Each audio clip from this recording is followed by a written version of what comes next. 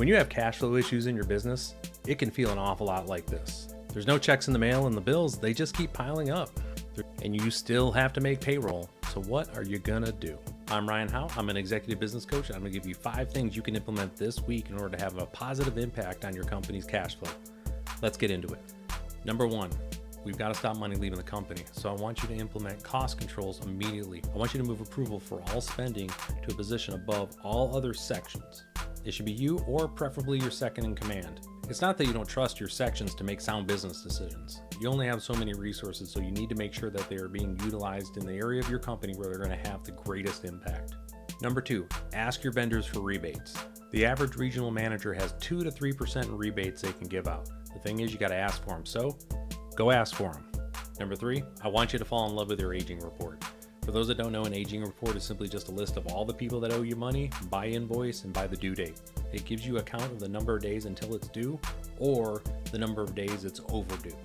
I want you to call everybody who's overdue on that report.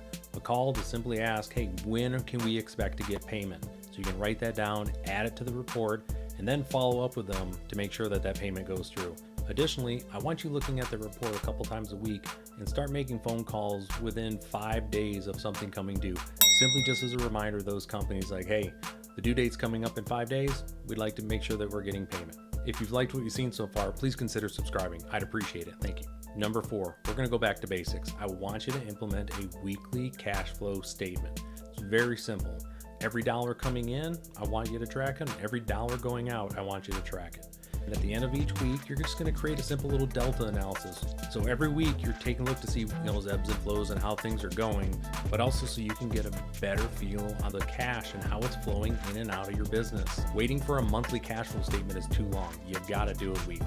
Number 5, it's the option no one wants to hear, especially if you're on the receiving end of the phone call. It's calling your vendors and asking if you can get an extension in payments. The vast majority of vendors are going to push back, but I promise you, they will take a half payment over a 0 payment every time.